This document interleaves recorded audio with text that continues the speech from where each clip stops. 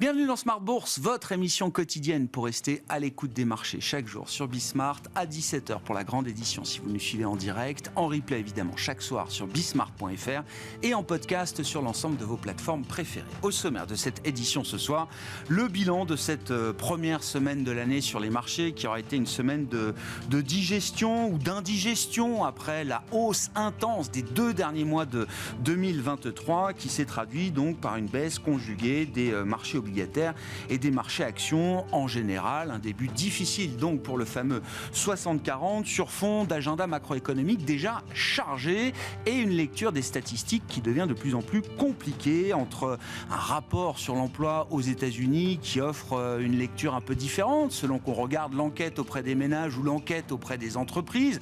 Le taux de chômage reste quand même globalement scotché à des niveaux très très faibles, 3,7% pour le mois de décembre aux États-Unis. L'ISM Service, lui, offre la lecture d'une économie américaine dans le domaine des services, qui s'est un peu affaissée quand même, il faut le dire, en fin d'année dernière.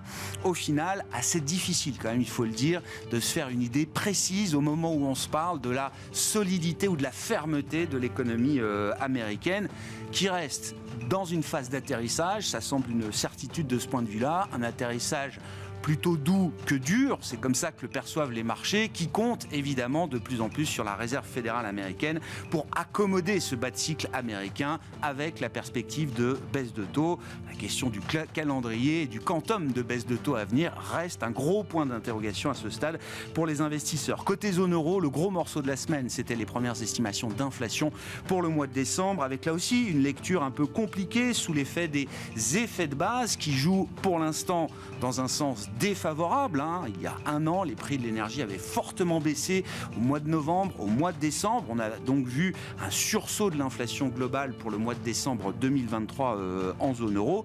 Mais ces effets de base vont s'inverser et devenir de plus en plus favorables, sans doute au cours des prochains mois et de ce début d'année 2024. Décryptage macroéconomique avec nos invités dans un instant. Et puis dans le dernier quart d'heure de Smart Bourse, comme chaque début de mois, nous retrouvons les équipes de Clartan Associés pour le décryptage d'un cas d'investissement à travers l'analyse fondamentale. Le cas d'investissement que nous détaillerons ce soir est celui de SPIE dans le secteur des services aux industries et c'est Nikolai Marinov qui sera avec nous en plateau à partir de 17h45.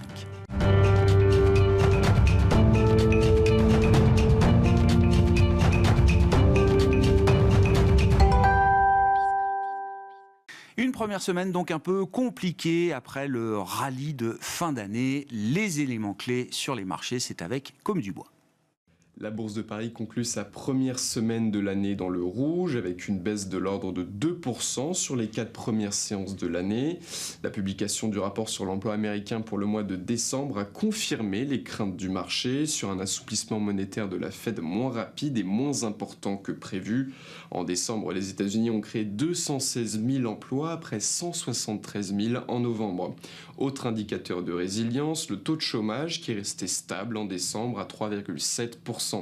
Autre enseignement de ce rapport, le salaire horaire moyen a progressé plus que prévu le mois dernier et ressort à plus 4,1% sur un an après 4% en novembre, quand le consensus misait sur une hausse de 3,9% sur un an. Côté zone euro, comme attendu, le sursaut de l'inflation se confirme en décembre. Elle ressort à 2,9% sur un an dans sa version globale, après 2,4% sur un an en novembre. Dans sa version cœur, la tendance au reflux se confirme. Elle ressort à 3,4% en décembre en rythme annuel, après 3,6% sur un an en novembre.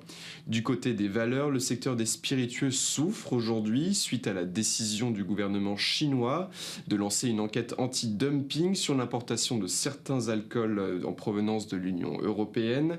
Au sein du CAC 40, Pernod Ricard chute de 4,5% au cours de la séance. Hors CAC 40, Rémi Cointreau chute plus lourdement, son titre abandonne près de 12% au cours de la séance. Lundi, la semaine commencera tranquillement sur le plan statistique avec les chiffres des ventes au détail de la zone euro pour le mois de novembre et ceux de la balance commerciale allemande toujours pour le mois de novembre. Le chiffre clé de la semaine sera l'inflation américaine de décembre qui sera publiée jeudi. Tendance, mon ami, chaque soir en ouverture de Smart Bourse, les infos clés du jour sur les marchés avec Comme du Bois sur Bismart.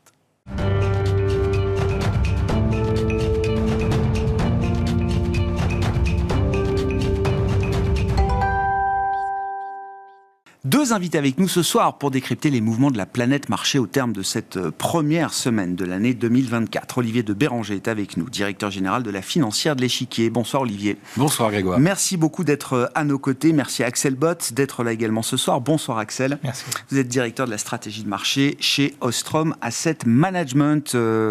Axel, premier commentaire sur cette semaine macro déjà chargée. Donc les indicateurs d'emploi aux États-Unis, les indicateurs d'inflation pour la zone euro. Si on regarde l'économie américaine à travers notamment les données d'emploi qu'on a pu avoir, les ISM également qui ont été publiés pour le mois de décembre, est-ce qu'on reste sur l'idée d'un atterrissage plutôt doux que dur ?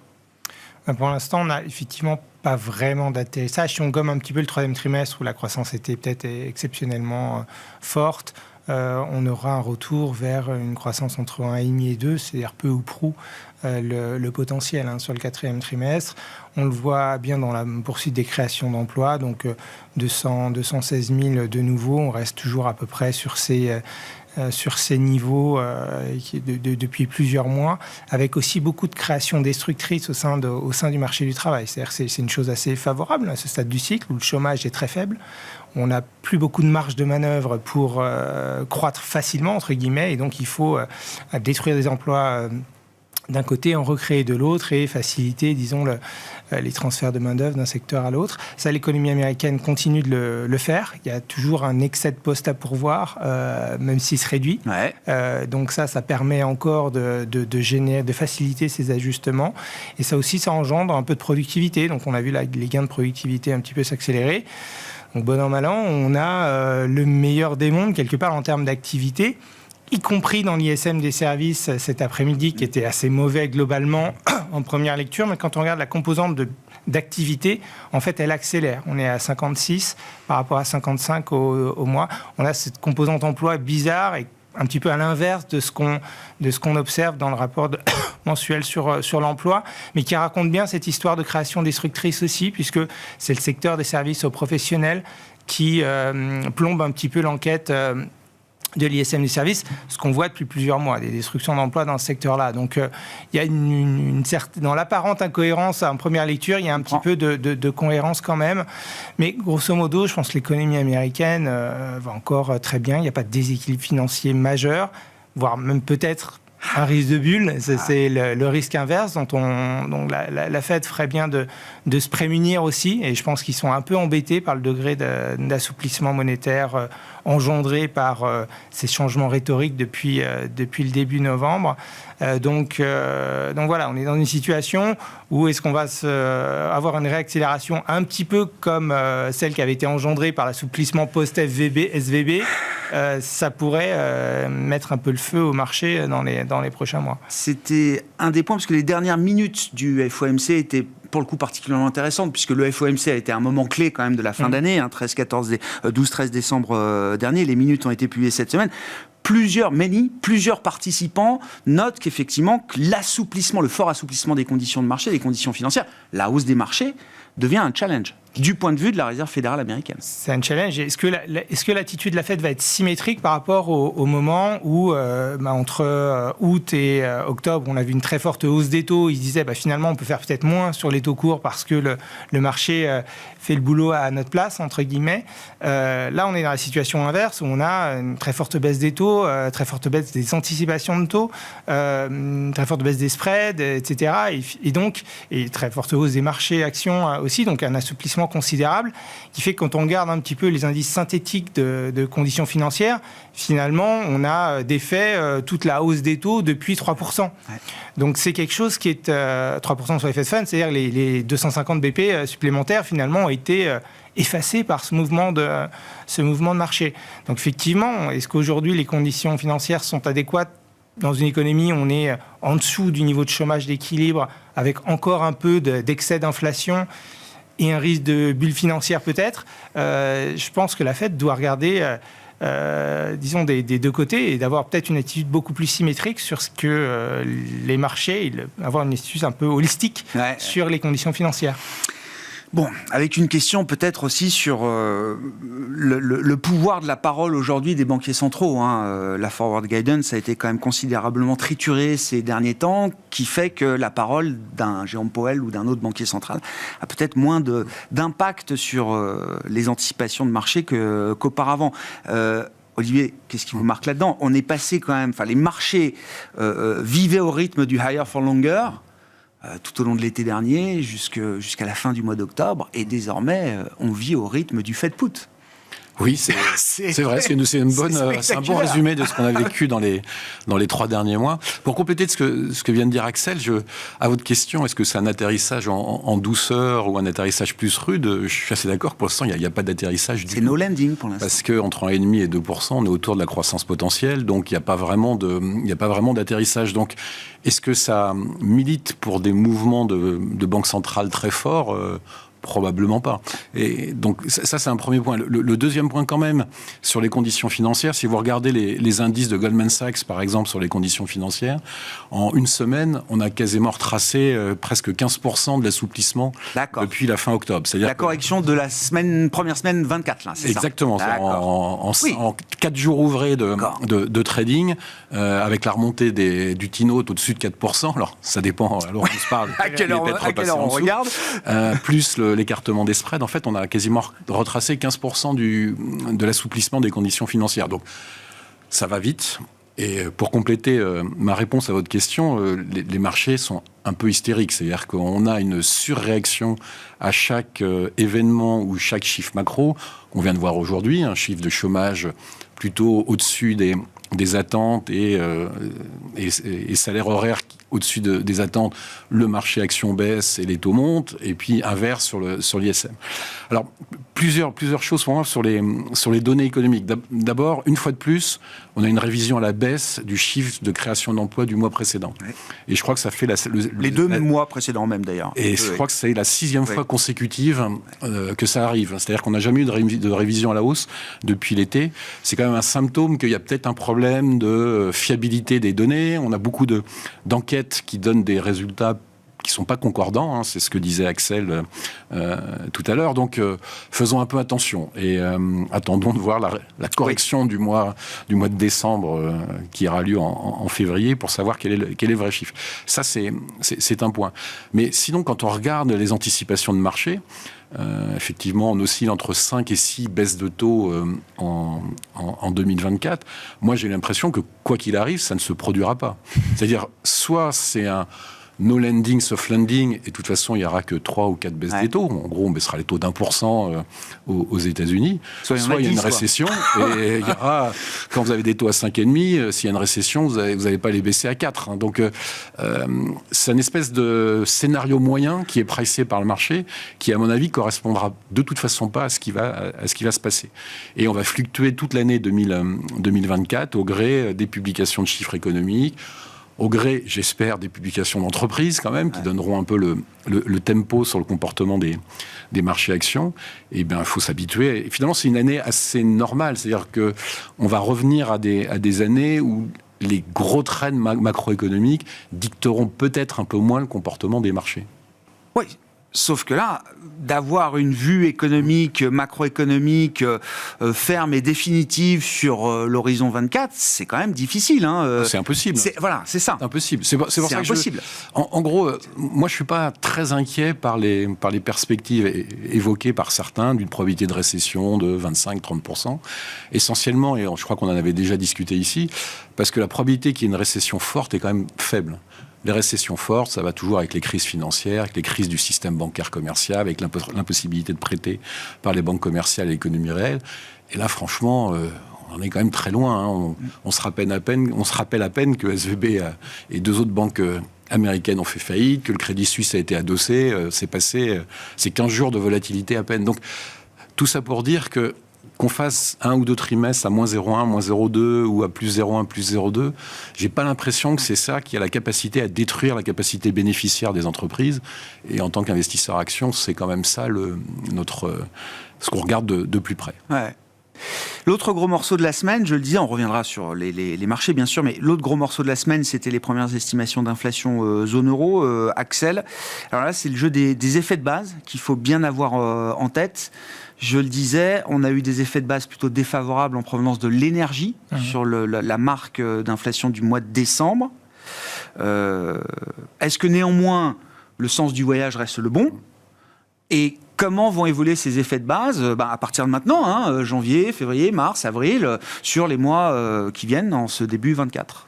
Alors, sur les effets de base sur l'énergie spécifiquement vont se réduire à peu près à 0 au mois de mars. C'est-à-dire que les prix de l'énergie sont en baisse de moins 6% à peu près sur un an. Ce sera à peu près la même chose sur le mois de janvier. Et ensuite, ça va plutôt se réduire vers 0. On était à moins 11 en novembre, d'où l'effet de contribution plus forte de l'énergie sur le mois de décembre. Après, malgré tout, c'est très difficile à prévoir parce que l'énergie, en fait, est non seulement impactée par les prix du pétrole, du gaz qu'on peut observer un peu sur les marchés, mais aussi par tous les dispositifs qui ont été mis en œuvre par les gouvernements pour plafonner ces coûts de l'énergie. Et suivant qu'on fait l'hypothèse que les gouvernements, pour des raisons de consolidation budgétaire, que la BCE aimerait bien voir mis en œuvre, ça peut avoir un impact très différencié sur l'effet de l'inflation. Je crois que sur l'Espagne, on peut imaginer que si on a un retrait total du soutien aux ménages et aux entreprises, d'ailleurs, de ce dispositif, on fait remonter l'inflation de plus d'un point sur 2024. Donc, c'est un jeu entre à la fois les effets de base, il y a aussi le politique. Et la politique budgétaire. C'est extrêmement coûteux politiquement de revenir sur ce type de dispositif une fois que vous les avez mis en place. Une des raisons pour laquelle l'inflation est basse en Italie, c'est qu'on a justement ces dispositifs-là. 0,5 sur un an. 0,5 sur un an. Et Mélanie en profite pour demander des baisses de taux, alors que la BCE va lui dire mais non, en fait, l'urgence, c'est de remettre un peu d'ordre dans les finances publiques et donc de revenir sur ces transferts. Et donc, c'est assez difficile d'imaginer le solde de ces deux impacts. Probablement, l'inflation va se balader entre 2,5 et 3 pendant quelques mois, dans un no man's land, mais différencié d'un pays à l'autre. Et j'observe qu'en Allemagne, on est plutôt vers 4 actuellement sur l'inflation, ce qui donne quelque part du grain à moudre à Nagel pour essayer de tirer plutôt vers une politique de prudence face à la décélération de l'inflation qui est très inégale en plus en zone euro. Donc ça va forcément conditionner la politique de la BCE, mais aussi il n'est pas certain que ce soit dès aujourd'hui dans le bon sens. Je comprends. Je comprends. Confortable ça va retarder encore un peu plus le moment où les conditions seront réunies pour la BCE telle qu'elle réfléchit aujourd'hui, pour signaler et mettre en place une première baisse de taux. C'est ça, et puis je pense qu'il y a un problème du point de vue de la politique monétaire, un problème plus large de cohérence des instruments. Parce qu'on vient quand même d'annoncer qu'on va on va même accélérer la contraction du bilan, qui est déjà forte avec les 400 milliards de TLTRO encore à rembourser, les 400 milliards d'amortissement de l'APP, on va en rajouter 45 milliards de PEPP sur la deuxième partie de l'année. Si vous essayez de réduire le bilan et de baisser les taux en même temps, en général, ça ne marche pas. Il y a une question le prix de l'argent et la quantité d'un côté et de l'autre. Donc, on voit que ça, même du côté de la Fed, en ce moment, ça pose beaucoup de problèmes opérationnels. La Fed se fait arbitrer sur sa facilité de reverse repo et le BTFP, qui était l'instrument mis en œuvre pour SVB. Les banques tirent dessus et redéposent à la reverse repo en arbitrant la Fed à hauteur de 50 BP. Donc, à un moment, il y a une question même de cohérence de la politique monétaire. Soit vous voulez baisser les taux et à ce moment-là, il faut arrêter le quantitative tightening pour faire simple, soit vous les laissez à un niveau plus élevé, mais à ce moment-là, vous en profitez tant que l'économie tient pour poursuivre la contraction du bilan. Ouais. Bon, sur la zone euro, quelle est la vue que vous pouvez avoir à ce stade, Olivier ? Alors, sur 2024, l'histoire qu'on racontait américaine est plus proche du no landing que du hard landing aujourd'hui. Et qu'est-ce qu'il en est de la zone euro, selon vous ? Faiblarde, comme toujours. Ouais.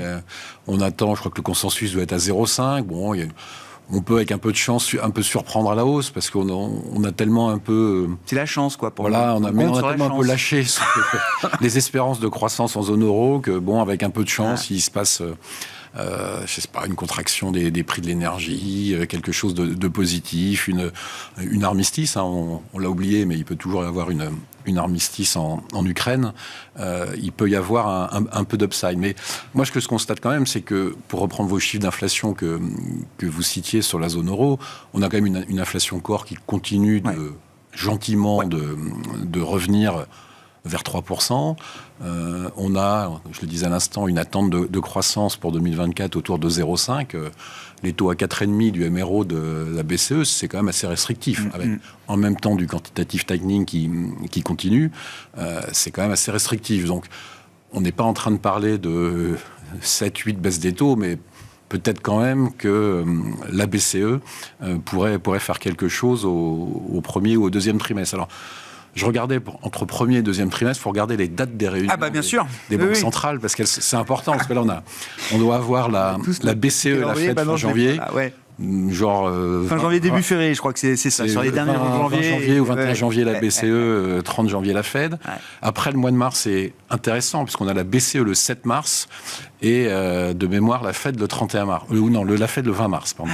Donc c'est pour ça que les marchés commençaient à parier que c'était la Fed qui pouvait bouger en premier, puisque le 20 mars, quand même, on avait une meilleure vue sur ce qui s'était passé au dernier trimestre de l'année 2023, et donc éventuellement les autorités monétaires pouvaient agir. Mais là, si on dit que la Fed passe à cause d'un marché de l'emploi un peu trop fort, eh ben, le 11 avril, c'est la BCE qui pourrait, et ça, je pense, c'est un peu c'est en tout cas mon scénario, qui pourrait être le premier à appuyer sur la détente, sachant que la réunion suivante de la Fed est le 1er mai. Donc, tout ça pour dire que c'est le calendrier ça compte. C'est le calendrier vraiment au jour près de quand les réunions ont lieu qui va un peu dicter qui va appuyer sur le bouton en premier. Moi, il me semble que ça devrait être quand même la BCE, et le début du mois d'avril me paraît une bonne date pour le faire. Et elle a cette capacité, elle peut avoir cette capacité à se déconnecter justement d'une banque centrale comme la Réserve fédérale américaine, sous la pression économique, pour de bonnes raisons. Exactement. Donc, moi, je pense que... rappelez-vous quand même, de temps en temps, elle s'est déconnectée. C'est-à-dire, elle est allée en terra incognita en faisant des taux négatifs, quand même, que la Fed n'a pas osé faire. Oui. La BCE a osé le faire. C'est-à-dire qu'elle a mis combien d'années avant de lancer un QI, quoi. Je suis d'accord, elle a mis du temps à lancer un QI. Bon, de temps en temps, mais non, ce que je veux dire, c'est que de temps en temps, on peut avoir des surprises. Et c'est un peu ce que je disais sur l'économie, c'est on n'attend tellement pas grand-chose que finalement, l'upside surprise, elle n'est pas neutre. Donc, pourquoi pas une baisse des taux de la BCE en début avril. Comment vous... Parce que, les scénarios alternatifs, c'est quand même toujours intéressant d'y réfléchir. Axel, ce que décrit là Olivier, c'est alternatif, c'est possible, c'est à quelles conditions? C'est possible, ce qui me paraît quand même une contrainte pour avoir la BCE bouger avant la Fed, ou plus fortement que la Fed, c'est le niveau de l'euro. Parce qu'on est à 1,09. Dans ce cadre-là, ils le feront probablement pour des raisons qui seront autres que la virgule de l'inflation. S'ils baissent les taux de façon anticipée, je pense que c'est probablement que l'économie va très mal. Donc l'euro pourrait s'affaiblir beaucoup. Et donc, à ce moment-là, je pense que ce serait quand même une contrainte pour la... Nous, on importe l'inflation. On l'importe beaucoup. En partie, quoi. Grande partie. C'est une des façons de voir, disons, la situation des prix aussi en zone euro. Quand vous regardez, par exemple, les enquêtes qui traduisent le fait que les entreprises ont encore beaucoup de mal à recruter, c'est en général le signe qu'on est dans une situation d'excès de demande. Alors, quand on regarde la croissance, je suis d'accord, c'est pas évident. Mais on est dans cette situation où très peu de croissance n'a pas d'impact sur l'emploi, a donc un impact délétère sur la productivité apparente, avec des salaires qui sont à 5. Donc on est dans un début de risque de stagflation qui peut nous amener aussi à justifier une politique monétaire beaucoup plus restrictive, en fait. Et donc, on va naviguer entre ces deux scénarios, le temps qu'on débatte, je pense qu'il passera quelques mois, et la BCE... former un consensus et former une décision, ça va prendre du temps. Je pense d'autant que les situations d'un pays à l'autre sont très différentes en matière d'inflation et d'activité. L'Allemagne, il y a plus d'inflation et très peu d'activité. Il y a d'autres pays où il y a moins d'inflation, plus d'activité, comme l'Espagne par exemple. Donc c'est très difficile en plus de piloter la politique monétaire pour une zone aussi hétérogène que la zone euro. Donc ça ne facilite pas la tâche de Mme Lagarde. Non. J'ai vu que les 5 présidents avaient à nouveau signé une tribune. Ça faisait longtemps qu'on n'avait pas eu une tribune des 5 présidents ou présidentes aujourd'hui. L'Union des marchés de capitaux, tout ça. Enfin voilà. On connaît l'histoire de ce point de vue-là. Sur le plan des marchés, bilan de la première semaine, Olivier, moi je constate que tout bouge à nouveau dans le même sens. Oui, on n'est pas sorti de cette corrélation obligation-action. La corrélation entre les taux longs et les marchés actions depuis l'été s'est vraiment reconstituée de manière évidente.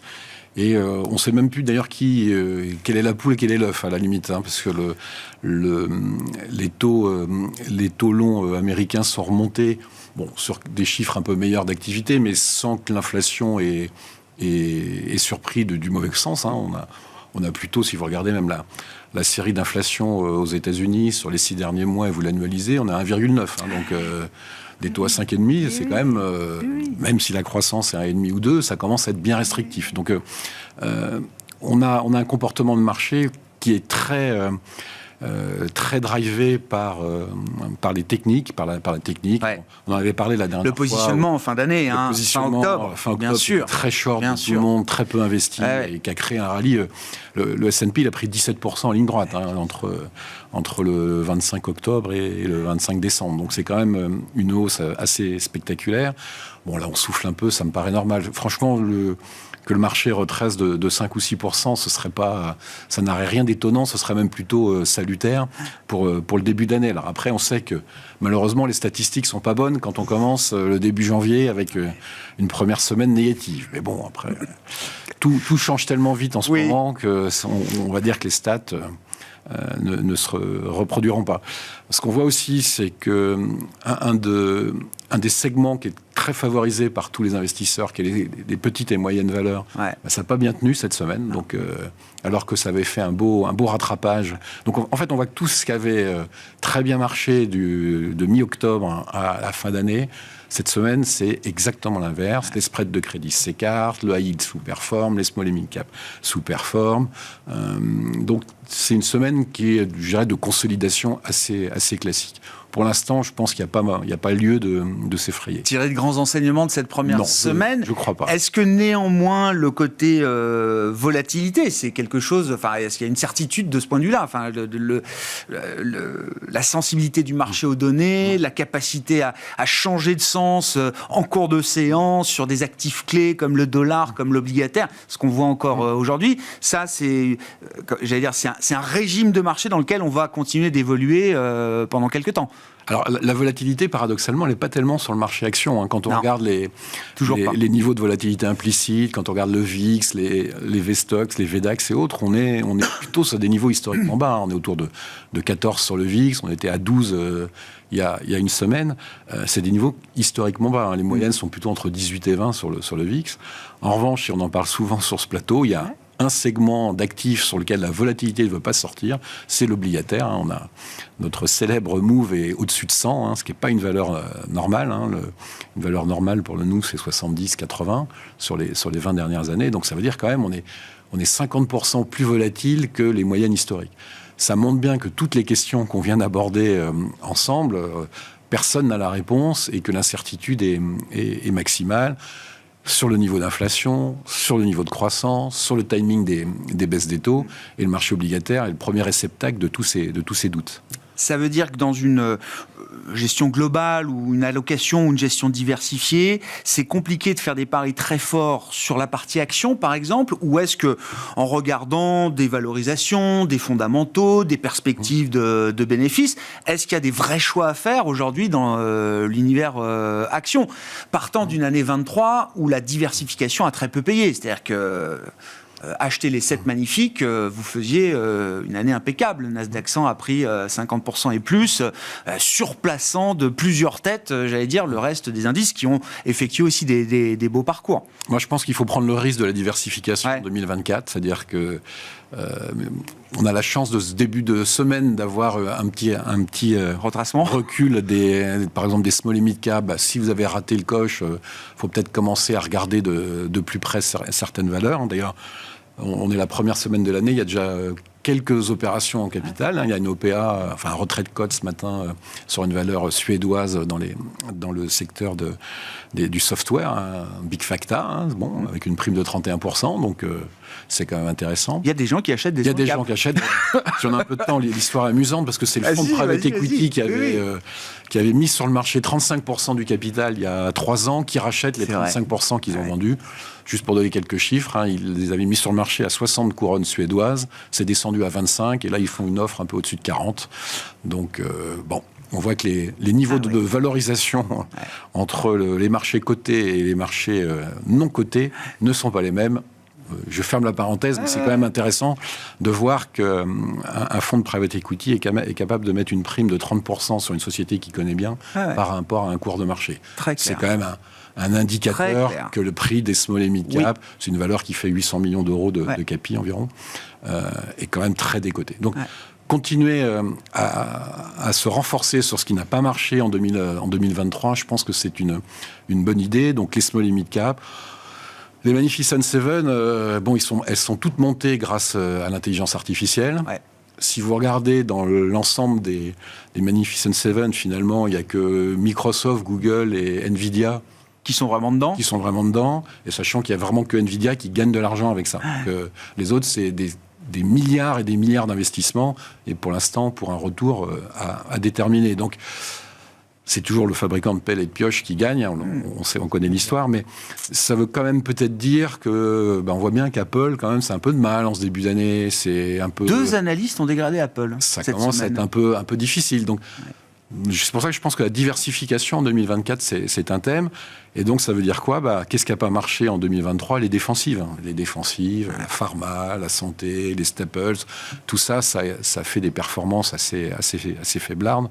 Donc, je pense que dans en plus un contexte qu'on vient de le décrire, qui est assez incertain en termes de macroéconomie et de niveau de taux, c'est pas idiot d'aller plutôt sur des valeurs défensives, continuer à s'intéresser à la qualité. Qui sont décotées aujourd'hui, c'est ça qui est intéressant. Souvent, c'est des valeurs qui traitent cher. C'est parce que c'est défensif, que c'est visible. Souvent, ça se paye plus cher que d'autres valeurs. Et c'est comme les small et mid cap. D'habitude, ça se paye plus cher, plus de croissance. Là, la décote par rapport aux grandes capitalisations, c'est du même ordre en termes de PE qu'on avait en 2008 pendant la grande crise financière. Oui, d'accord. Et d'ailleurs, la raison est la même. C'est parce que les small et mid cap ont moins d'accès au financement que les grandes capitalisations. Mais tout ça pour dire que je pense vraiment qu'il faut diversifier. D'un point de vue plus global, on avait eu une année 2022 qui était catastrophique pour le fameux portefeuille balance. L'année 2023, c'est un retour assez... Fin d'année a été bien meilleure, oui. Toute la performance s'est faite au dernier trimestre. Et je pense que 2024 sera aussi une bonne année pour les portefeuilles balance. Parce que même si la volatilité sur l'obligataire ne va pas s'en aller, ça m'étonnerait que le T-Note parte à 6%. Donc, il y a quand même du portage. Au moins pour du portage, c'est ce que j'allais dire. Le gain en capital, il n'est pas sûr, mais le portage... le côté protection, c'est pas évident encore. Le côté protection, pour l'instant, il n'est pas là. Puisque la corrélation est dans le même sens. Oui, portage, ok. Jouer le retour de l'actif sans risque, c'est pas évident aujourd'hui, Axel. Non, pour faire écho à ce qu'il venait de dire sur la volatilité, c'est il n'y a pas de vol sur les actions, mais il n'y a pas de vol tellement sur le change non plus. Le niveau du change est très, très faible. Et sur la partie crédit, spécifiquement le spread de crédit, il y a très peu de volatilité aussi. On a maintenant des VIX, d'ailleurs, pour toutes ces classes d'actifs. Donc, c'est facile à suivre. C'est effectivement le directionnel taux qui dicte un petit peu toutes les performances financières. Et le dénominateur commun de tout ça, c'est évidemment toujours la Fed, surtout, et d'autres banques centrales. Donc c'est difficile d'être diversifié, mais on peut l'être au sein des classes d'actifs en préférant des portefeuilles plus équipondérés, où la performance, parfois il y a des phases de marché où la concentration est très très forte, mais quand on regarde la performance du Nasdaq par rapport au Russell, la dernière fois qu'on était là, c'était en 2000, donc la suite n'est pas forcément très, très belle. Effectivement, on se posera un jour la question de la rentabilité de l'IA. Effectivement, il y a la bulle et la sensibilité au taux long qui est engendrée par ce twist monétaire va être, je pense, testé par le marché au cours du temps. D'ailleurs, Nvidia est passé du Bitcoin à l'IA. Donc, c'est un petit peu cette transition-là qui nous a fait surnager et continuer. Donc, c'est des thématiques comme ça qui sont intéressantes à jouer, qui peuvent être très prolongées, mais qui sont aussi un peu dangereuses, puisqu'elles seront à un moment testées. Simplement, est-ce que les fondamentaux justifient les multiples? Oui, on peut passer par des phases de déception sur l'adoption de l'IA générative, de ce que ça peut apporter, générer, etc., comme résultat. Absolument. Et auquel cas, il y aurait probablement un durcissement, là pour le coup réel, des conditions financières, un peu à l'instar de ce qu'on avait connu en 2001 si la bulle éclate. Ça peut fabriquer une récession, ce genre d'éclatement, dévalorisation. C'est ce qu'on avait vu à ce moment-là, avec une récessionnette sur le plan économique, mais un impact très prolongé sur l'emploi, où le chômage se dégrade jusqu'en 2003, de mémoire. Et parce qu'en fait, on a une réelle amélioration de la productivité avec la pénétration de ces nouvelles technologies. Donc on peut avoir cette espèce d'ambivalence ou une récessionnette, des performances boursières et financières très mauvaises, et un marché de l'emploi qui subit un petit peu toutes les transformations qui continuent dans l'économie réelle, malgré le durcissement des conditions financières. Et le put de la Fed peut, dans un certain scénario, ne pas permettre de passer au-delà de cette séquence que vous décrivez. Ça peut être une séquence, y compris avec la perspective d'un put de la Réserve fédérale américaine. Oui, parce qu'on regonfle jamais la bulle, en fait. C'est-à-dire qu'éventuellement, on en gonfle une autre. C'était ce que Greenspan a fait avec l'immobilier qui finalement causera la crise suivante. Mais on met un frein sur les effets induits de l'éclatement de la bulle. Mais c'est tout, en fait. Et donc, on atténue la faiblesse induite.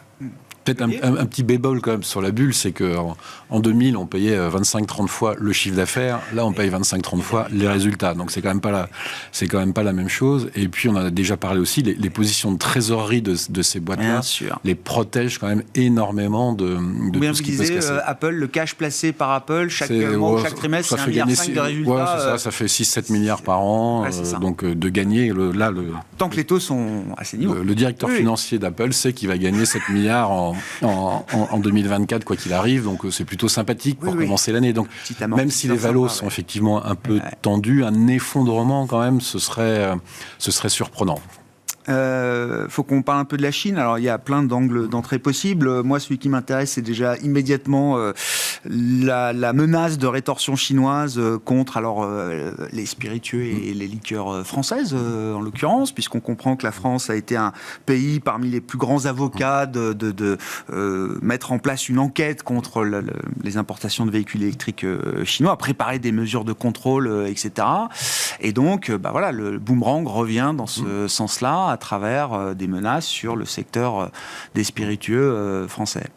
C'est l'ambiance depuis Donald Trump, en fait.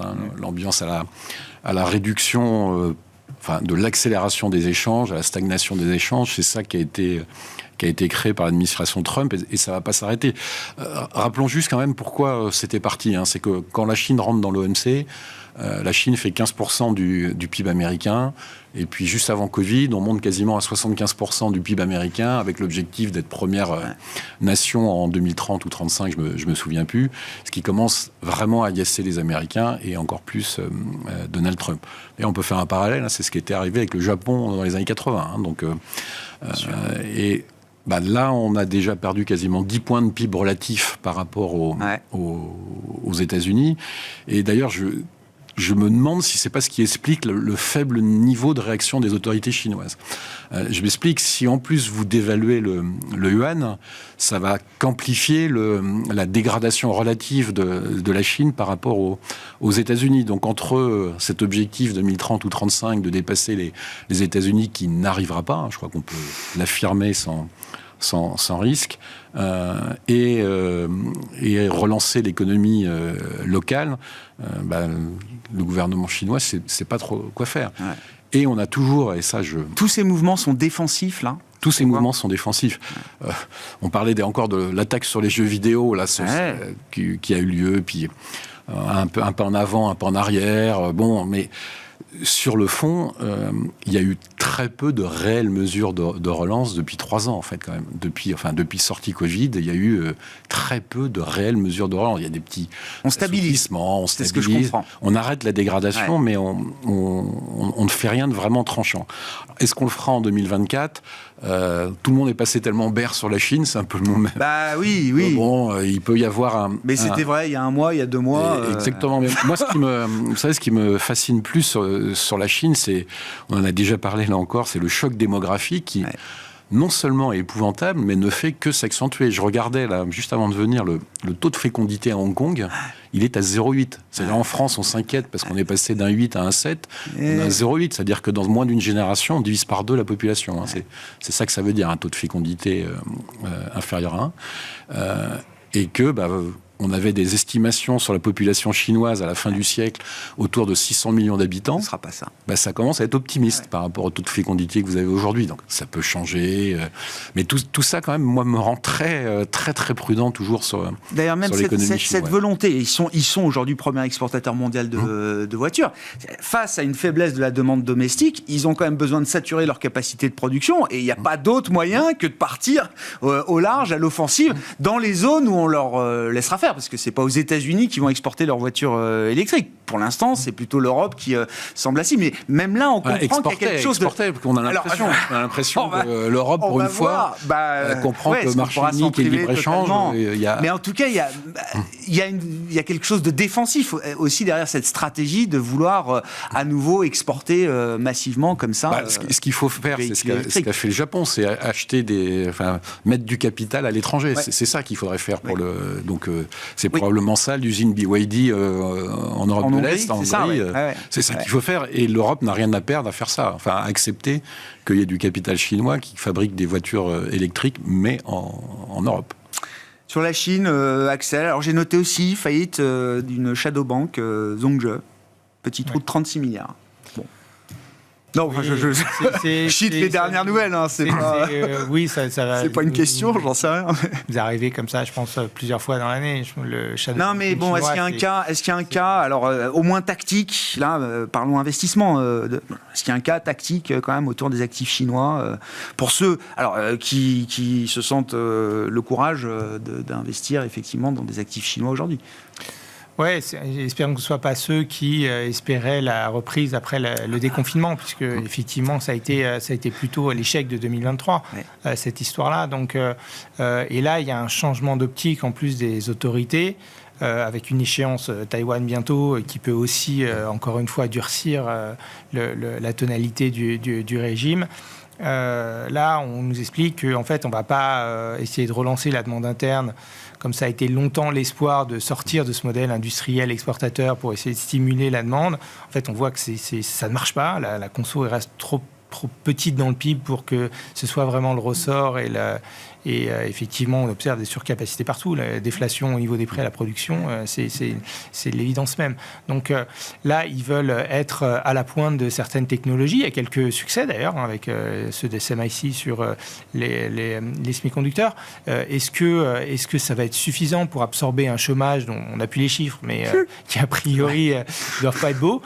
Donc ça va être très très difficile, je pense, à la fois essayer de repousser la frontière technologique, sachant qu'il y a encore, malgré la contraction de la population, encore beaucoup d'emplois à créer, de chômage à absorber.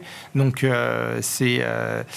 Est-ce que ça veut dire, bon, la question est impossible, mais est-ce que ça veut dire quand même que le pouvoir à Pékin, à un moment, va revenir sur les questions économiques un peu plus qu'il ne l'a fait jusqu'à présent, ou est-ce qu'on est complètement dans autre chose, que Xi Jinping a avant tout un agenda politique, géopolitique, qui restera sur le dessus de la pile devant l'économie, ou est-ce qu'à un moment il y a quand même une sensibilité à l'économie qui revient? Je pense que si la survie du Parti communiste est en jeu, peut-être qu'il faudra effectivement faire accommoder, des transferts et calmer la population. Je ne sais pas, mais je pense que c'est assez loin, cette optique-là. Et ils essayent de faire autre chose. On a une série de demi-mesures depuis 2020 qui riment à rien. C'est vraiment des patchs sur le problème immobilier qui se suivent. Ils font face à des challenges considérables sur la croissance qui va... Je pense qu'on n'aura peut-être même pas d'objectif de croissance cette année, ce qui veut bien dire qu'on est en phase de ralentissement très très marqué en fait. Et ce ne sera donc pas un moteur, bref, pour 2024 ? Non, je pense que le plus inquiétant, si on doit retenir une stat sur la Chine, c'est l'évolution des IDE. Les IDE sont en contraction maintenant sur l'année 2023. C'est la première fois depuis qu'on a des stats que en fait, vous avez un désinvestissement du reste du monde en Chine. Et donc ça, vous faites face à un problème immobilier en interne, vous faites face au désintérêt motivé par le durcissement du régime du reste du monde vers le fait de produire en Chine. Qu'est-ce qui vous reste ? Pas grand-chose. Ouais, donc il y a un vrai découplage, quoi. Quoi qu'on en dise, il y a un vrai découplage qui se met en place. Les investissements directs étrangers, évidemment, les IDE. Merci à vous deux. Merci d'avoir été là pour éclairer cette première semaine de marché 2024, qui aura été plutôt négative, mais venant de ce rallye de fin d'année qui, lui, aura été spectaculaire. Olivier de Béranger, la financière d'Échiquier, et Axel Bott, Ostrom Asset Management étaient les invités de Planète Marché ce soir.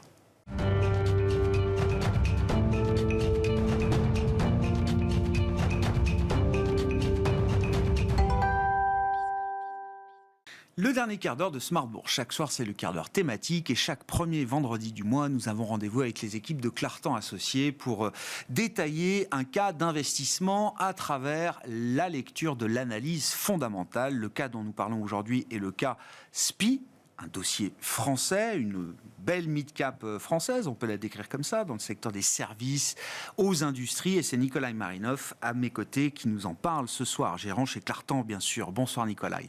Bonsoir. Merci beaucoup d'être avec nous. Que faut-il savoir de SPIE, de son histoire et de son périmètre d'activité aujourd'hui, Nikolai ? Oui, SPIE est effectivement une moyenne capitalisation française qui a fait son retour à la Bourse de Paris en 2015. Et pourtant, c'est une société qui est plus que séculaire puisqu'ils tirent leurs origines de début du XXe siècle avec l'électrification du métro parisien. Et au XXe siècle, ils avaient une activité de construction SPIE Batignolles qui n'est plus dans le giron du groupe depuis 20 ans. Et donc aujourd'hui, c'est une société qui est spécialisée dans les services multitechniques. Donc ça inclut des activités d'installation et maintenance d'infrastructures électriques, mécaniques, le génie climatique pour les bâtiments. Donc tout cela représente plus de 60% des revenus. Un quart des revenus qui est généré par leur activité dans les infrastructures de télécommunications, déploiement de fibres, par exemple, gestion de data center, et 15% transmission et distribution d'énergie, où ils vont intervenir sur l'infrastructure de tout transport d'électricité très, très en amont. Donc c'est une société qui agit exclusivement en Europe continentale, France, Allemagne, pays de l'Europe de l'Est, Benelux, et il y a 7% des revenus qui proviennent de leur division oil and gas et nucléaire, mais le périmètre géographique aujourd'hui est avant tout Européen. Ouais. Qu'est-ce qu'on peut dire de ce qui porte la croissance de SPIE aujourd'hui? D'ailleurs, quel est le régime de croissance des activités de SPIE pour avoir un ordre de grandeur? Et quels sont les moteurs qui sont les moteurs de la croissance aujourd'hui et demain, bien sûr, Nicolas? Oui, SPIE bénéficie de nombreux moteurs de croissance qui sont liés à la transition énergétique et la connectivité. Donc la société bénéficie donc des moteurs comme l'efficacité énergétique des bâtiments. Donc ils doivent intervenir sur la rénovation des chaudières, l'installation de pompes à chaleur, donc tout ce qui permet de réduire la facture énergétique ou les émissions de CO2. L'énergie reste un moteur important puisqu'il va falloir adapter le réseau électrique à l'intégration des renouvelables. La ville intelligente à travers des travaux extérieurs liés à l'éclairage public, la surveillance vidéo, l'installation de chargeurs pour véhicules électriques. Donc c'est l'aménagement urbain et finalement donc ce sont des méga-tendances. Des méga-tendances assez conséquentes, sans oublier également la connectivité à travers la construction et la maintenance de data centers. Donc c'est une société qui voit aujourd'hui son marché adressable accélérer donc, à 4% effet volume en dehors de l'effet prix. Ouais. Ça leur offre quel type de visibilité quand on regarde par exemple le carnet de commandes de SPIE aujourd'hui, Nicolas? Donc, SPIE est une société dont le modèle économique est fondé sur avant tout la maintenance. Donc ils ont 80% de leur chiffre d'affaires qui est généré par des travaux réguliers, très récurrents, et seulement 20% qui sont des nouvelles installations. Donc la visibilité est assez forte, ainsi que la génération du cash. Ouais. Bon, positionnement idéal au regard des enjeux de transition qui nous occupent aujourd'hui, que ce soit la transition énergétique, climatique, et puis l'aspect numérique également avec les communications et les data centers. Qu'est-ce qui est un risque, ou quels sont les risques aujourd'hui pour les activités de SPIE? Comment vous regardez cette partie-là du dossier, Nicolas? Oui, les risques sont, à mon sens, sont liés au recrutement, puisque c'est une société qui emploie d'ingénieurs et de techniciens, donc des profils qui sont en tension. Donc les coûts salariaux étaient très observés par les analystes l'année dernière. Donc avec le retour de l'inflation, ils ont subi une hausse des coûts salariaux de 5% l'an dernier, donc 4% pour l'année prochaine, c'est-à-dire l'année en cours. Mm-hmm. Et pourtant, grâce à leur pouvoir de prix, ils ont réussi à améliorer leur profitabilité. Donc ils ont augmenté leur marge. Maintenant, c'est vrai que l'attractivité reste un enjeu de taille, puisque il va falloir fidéliser les employés. Donc maintenant, comme ils ont une taille critique en Europe, c'est sur le marché des services multitechniques, qui est un marché très fragmenté. C'est l'acteur numéro 3 au niveau européen. Mais c'est un acteur emblématique. Oui, c'est un acteur donc, qui est aujourd'hui à la taille pour proposer, par exemple, des services de construction clé en main de data centers, c'est-à-dire des chantiers vitrines qui peuvent offrir de la responsabilisation assez rapidement. Mais il est certain que c'est un facteur qui limite en quelque sorte le développement. Bien sûr. Mais ils ont cette capacité, c'est intéressant, hein. L'idée, on propose à des ingénieurs de piloter des projets clés en main. Ça, c'est du point de vue des ressources humaines, c'est un facteur d'attractivité important. C'est un avantage que SPIE a sur ses concurrents. Oui, tout à Oui. fait. Non, mais si la clé devient la question des talents et du recrutement du talent, ça veut dire qu'il faut regarder de près, effectivement, une politique RH comme celle d'un groupe comme SPI Oui, aujourd'hui. effectivement, d'autant plus que SPI est un acteur qui affiche une profitabilité bien au-delà de la moyenne du secteur. Et ceci est grâce à la sélectivité des contrats. Ils interviennent sur des contrats à plus forte valeur ajoutée qui peuvent mieux valoriser les compétences des employés. Je comprends. Bon. La question des talents, elle se pose dans beaucoup de métiers, dans les métiers de SPI également. Qu'est-ce qu'on peut dire du dossier sur le plan boursier, sur le plan de sa valorisation aujourd'hui, et comment est-ce que vous gérez cette position chez Clartan quelle est la taille de la position et qu'est-ce que vous attendez de cette position chez Clartan aujourd'hui? Chez Clartan, c'est une position qui est supérieur à la moyenne à travers notre gestion. C'est une conviction. Oui, c'est une position de conviction. Donc c'est un dossier que nous suivons depuis leur réintroduction en bourse en 2015 et que nous détenons de façon continue depuis plus de 2 ans maintenant. Clairement, la société aujourd'hui a vu son marché adressable accélérer. Donc, en dehors de la croissance structurelle, c'est une société qui est très active sur les acquisitions. Cette semaine encore, je crois, ils rachètent un acteur en France ou en Europe, je crois, hein, c'est ça? Tout à fait. Tous les ans, la croissance externe rajoute entre 3 et 4% à la croissance globale du groupe. Il y a un vrai savoir-faire de ce point de vue-là. C'est des acquisitions qui sont bien menées, qui sont relutives derrière pour l'entreprise. Oui, les acquisitions permettent d'améliorer le maillage territorial et sont relutives. Citons la dernière grosse acquisition au mois de novembre dernier, une acquisition de société Robur en Allemagne, dont la profitabilité est supérieure à celle de SPI et qui a été acquis à un multiple qui était, à notre sens, assez intéressant. Et donc, nous avons aujourd'hui une croissance bénéficiaire qui devrait s'approcher des 10% avec l'appréciation du multiple. Donc, aujourd'hui, le multiple boursier de SPI autour de 12 fois le résultat net. Donc, c'est à peine au-dessus de la moyenne historique, alors que le groupe est désendetté. Et donc, nous estimons que ces éléments offrent une appréciation significative à moyen terme. On peut avoir à la fois un titre qui se paierait un peu plus cher et le momentum bénéficiaire qui pourrait également apporter et créer de la valeur boursière pour le titre. Oui, ce sont les 2 jambes de la performance que nous voyons pour ce dossier.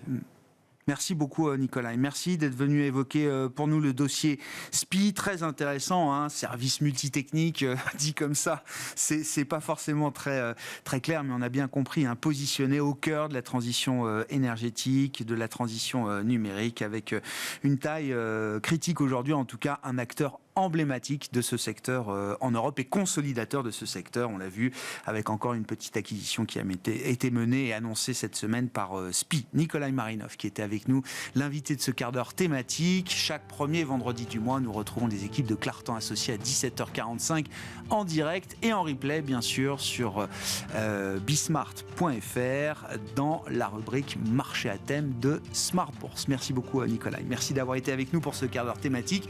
Bon week-end. On se retrouve lundi évidemment à 17h mais aussi à 13h30 pour le supplément du lundi et nos invités qui seront avec nous.